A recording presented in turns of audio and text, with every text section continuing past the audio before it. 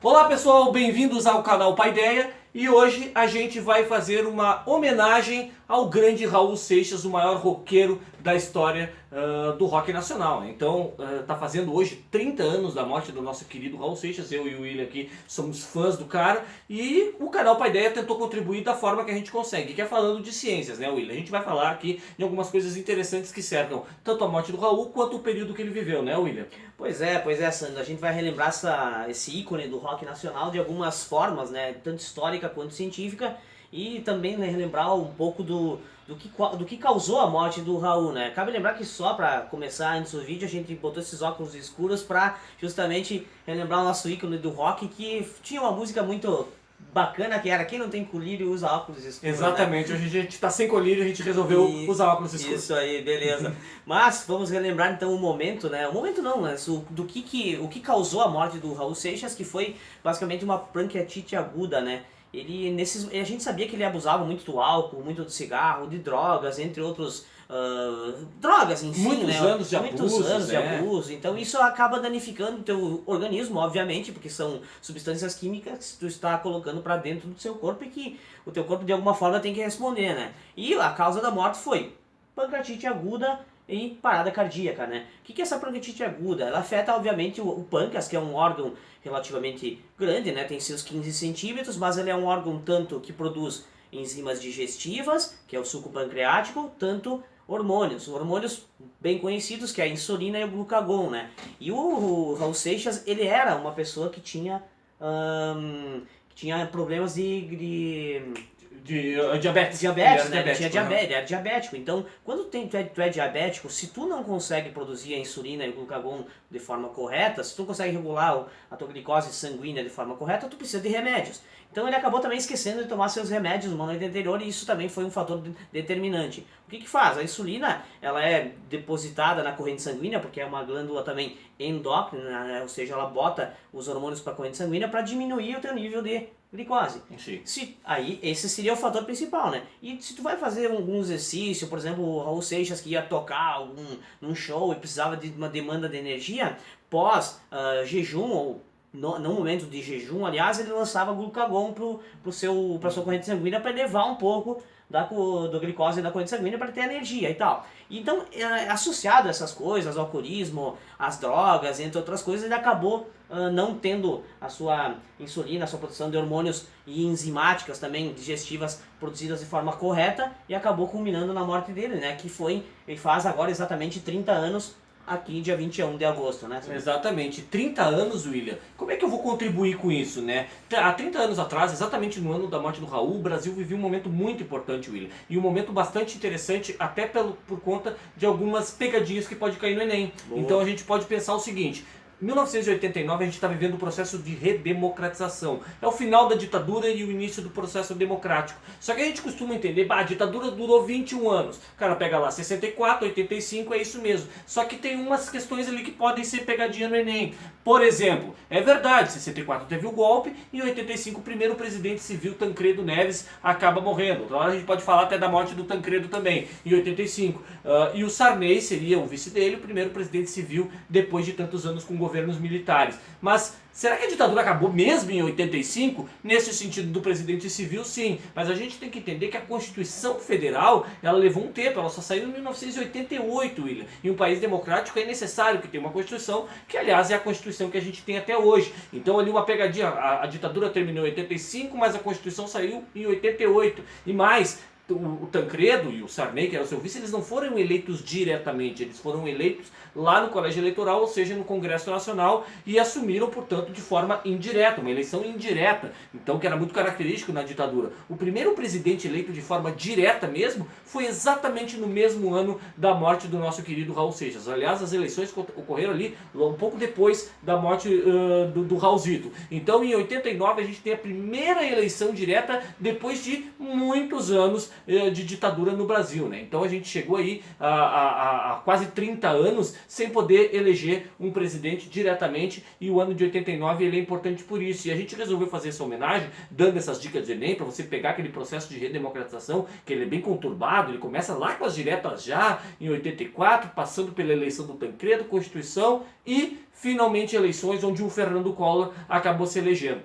Então, é um processo um tanto quanto lento, gradual e seguro, para usar lá as frases do Geisel, lá na época da ditadura, em outro contexto, mas foi um processo bastante demorado, e que as pessoas naquela época, que viviam aquela época, como o Raul Seixas, não sabiam exatamente se realmente a ditadura estava acabando, se ela não podia voltar, se a democracia chegaria mesmo. E aí a nossa homenagem cabe também ao homem que, né, tá aqui, a gente trouxe até para indicar, né, alguns discos do Raul, um homem que lutou a vida inteira por liberdade de expressão, né, um cara que sofreu, apanhou durante a ditadura, acabou, né, tendo que morar nos Estados Unidos, ele, enfim, teve também censura dentro da sua música, dentro da sua arte. Ele lutou a vida inteira pela ditadura, né, e acabou morrendo exatamente quando a democracia chegou. Uma pena, né, a gente lamenta muito, eu me lembro exatamente, eu era criança ainda, mas já gostava de Raulzito, eu tinha esse disco em vinil, eu não tenho mais, ele estragou, mas eu gostava bastante do Raulzito, e é uma pena a gente não ter figuras lúcidas como o grande Raul Seixas, que morreu aí com a pancreatite que o William falou. A nossa homenagem fica por aí, né, William? Não, pois é, e tu comentou algumas coisas sobre o Enem. Claro que o Enem não vai focar diretamente no Raul, né? Mas a gente traz essa homenagem falando um pouco de ciências e histórias, de ciência e história, que é bacana. Já que tu comentou de algumas dicas do Enem em relação à história dessa parte da redemocratização, que o Raul fez parte, né, com as letras dele, com as músicas dele, na questão da pancreatite, do pâncreas em si, também pode correr algumas pegadinhas, que como ele era um órgão, uma glândula aí que produzia tanto enzimas quanto hormônios, talvez ele pode fazer umas pegadinhas relacionadas a digestão era feita no pâncreas? Não, a digestão não era feita no pâncreas. Ele eliminava um complexo de enzimas que era jogado para o intestino, sim, que aí sim fazia sua digestão, emulsificação de gorduras, carboidratos, proteínas, entre outras coisas. Os hormônios também eles eram utilizados aí no pâncreas? Não, era uma glândula que eliminava o glucagon, insulina de forma endócrina, ou seja, na corrente sanguínea. Sim. Então essas coisas talvez eles podem dar uma pegadinha, criar pegadinhas relacionadas a esse assunto também, né? Pega-ratão, como se diz aqui no sul, claro, né? Aqui no sul a gente trabalha com pega-ratão. Mas, obviamente, como a gente falou, não vai focar diretamente no Raul Seixas. Mas ele é um baita de um gancho, a gente relembra essa morte dele, esse ícone do rock através da ciência e história, né? E às vezes a prova do Enem faz isso, ela puxa uma coisa nada a ver, né? Faz 30 anos da morte de Raul Seixas, que acabou morrendo de pancreatite aguda. E pum, questão de pancreatite, que retira o Raul da questão. Você não vai precisar conhecer o Raul, não vai precisar conhecer a música dele para fazer a questão de pancreatite. Mas é bom conhecer. Não vai precisar para fazer a prova. Mas o Raul vai te dar muitas ideias. Né? Sabe que o Raul, ele até assim, na questão de, né, também de fazer com que a gente homenageie ele, dizer para as pessoas ouvirem Raulzito, ele tinha uma frase que eu gostava muito, nem tá em nenhum desses discos aqui que a gente trouxe para mostrar, esse aqui é o Guitar, isso aqui é uma maravilha também. O Raul, ele dizia o seguinte: é uma pena eu não ser burro, eu não sofria tanto. Ele sofria muito com isso, porque o Raul ele era muito inteligente. Sim, é crítico, ele, com 5 anos de idade, ele já cantava Elvis Presley, ele já fazia, né, barbaridades em termos de conhecimento. Aos 11 anos de idade eu já desconfiava da verdade absoluta, dizer ele em outra música. Ele é uma figura muito à frente do seu tempo, e é uma pena que a gente não tenha mais ele. A homenagem do Paideia trazendo aquilo que a gente entende, que é de história, de biologia, de ciências da natureza e ciências humanas, mas fazendo uma homenagem a esse grande ícone da música brasileira, não é só do rock nacional, na música brasileira eu diria até mundial, né, Will? Claro, até mundial, porque ele acabou saindo, né, do Brasil, passando um tempo, acho que nos Estados Unidos, conheceu... Sim, ele morou lá. Isso, conheceu a Yoko Ono, né?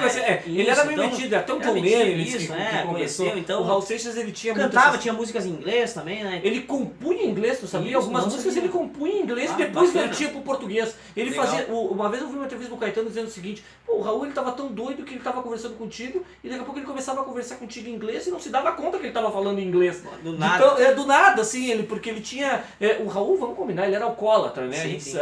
Enfim, era o E é isso que causou a morte dele, né? Porque exatamente. ele realmente muitos anos de álcool e acabou gerando, né, essa doideira toda e, né, e encontrasse um paradoxo, né, essa lucidez toda na cabeça dele, combinada com esse excesso também de produtos químicos do corpo. É aquela história, já, o ser humano ele precisa de algumas válvulas de escape, a gente diz, né? Então talvez a válvula de escape dele, para toda essa crítica, a cabeça dele ser muito à frente de muita gente, talvez a válvula de escape dele era o quê? Drogas, álcool. Não está correto, a gente sabe acabou disso, prejudicando né? ele, né? Mas era a válvula que ele tinha, né? Exatamente. Então, não sei, algumas dicas, né? De livro não tem muito, tá? Eu não tenho muitos livros aqui em casa sobre redemocratização, mas claro que eu já indiquei isso aqui outra vez, né? O História Concisa do Brasil, ele é concisa mesmo, fala de toda a história do Brasil, do Boris Fausto, e ele fala lá da redemocratização. O Boris Fausto é bastante, né, cirúrgico nessa questão também, como em tudo que ele faz. Eu tenho dois livros aqui. No vídeo do Pau Brasil, a gente já isso, o Pau Brasil a gente fala, de história do Brasil, o Boris Fausto ele não tem erro. Tem esse livro aqui, William, que é Ditaduras Militares da América Latina. Ele fala ali do capítulo do Brasil também, e a ditadura no Brasil tem muitos livros sobre isso. É muito importante também a gente estar estudando esse período da história do país, porque tem muita gente que trata isso como questão política, e é uma questão política, mas é também uma questão histórica. É necessário que a gente não passe vergonha por aí falando coisas que não aconteceram, bobagens, né? E esse livro aqui é muito legal, A História Secreta da Rede Globo. Eu utilizei isso aqui como fonte para minha dissertação. O Daniel Herz, ele vai ter lá vários capítulos de construção da Rede Globo e como que a Rede Globo tratou esse processo de redemocratização e o império que ela se tornou, né, ali no final dos anos 80 e início dos anos 90 como a principal veículo de comunicação e formador de opinião, não só na questão da redemocratização, mas como os próprios governos que vieram logo após. A Rede Globo teve uma importância bastante grande. Hoje ela já está perdendo um pouco esse poder, as redes sociais tomaram conta um pouco desse espaço, mas a Rede Globo ainda é uma empresa muito grande. Ela se formou durante a ditadura militar e o Daniel Herz vai contar isso aqui